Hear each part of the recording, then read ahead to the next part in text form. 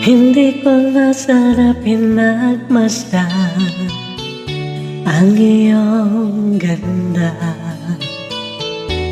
at hindi na rin pinansin pa bawat ngiti mong may gayuma.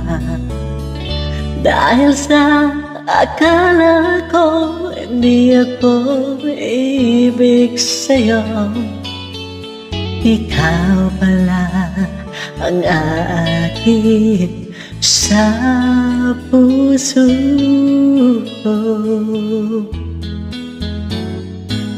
Kaya ngayon laging gulong-gulo ang puso ko't isipan.